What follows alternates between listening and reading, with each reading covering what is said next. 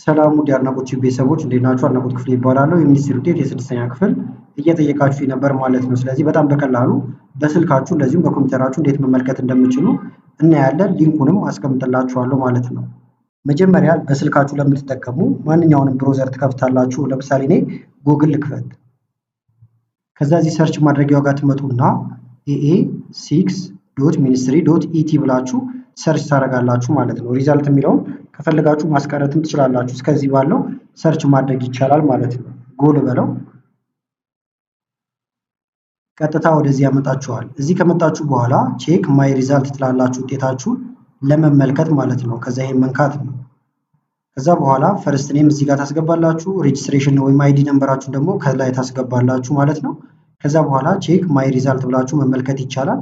ሊንኩን ደግሞ ከፈለጋችሁ ቴሌግራም ላይ ማስቀምጥላችኋለሁ።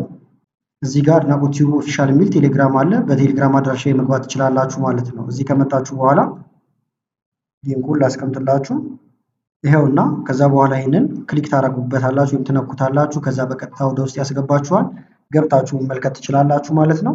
በተመሳሳይ ግሩፕም ስላለ እዚህ ጋር የሌሎች ክልሎችም ሲለቀቅ ማየት እንድትችሉ እዚህ ላይ መጠባበቅ ትችላላችሁ ማለት ነው።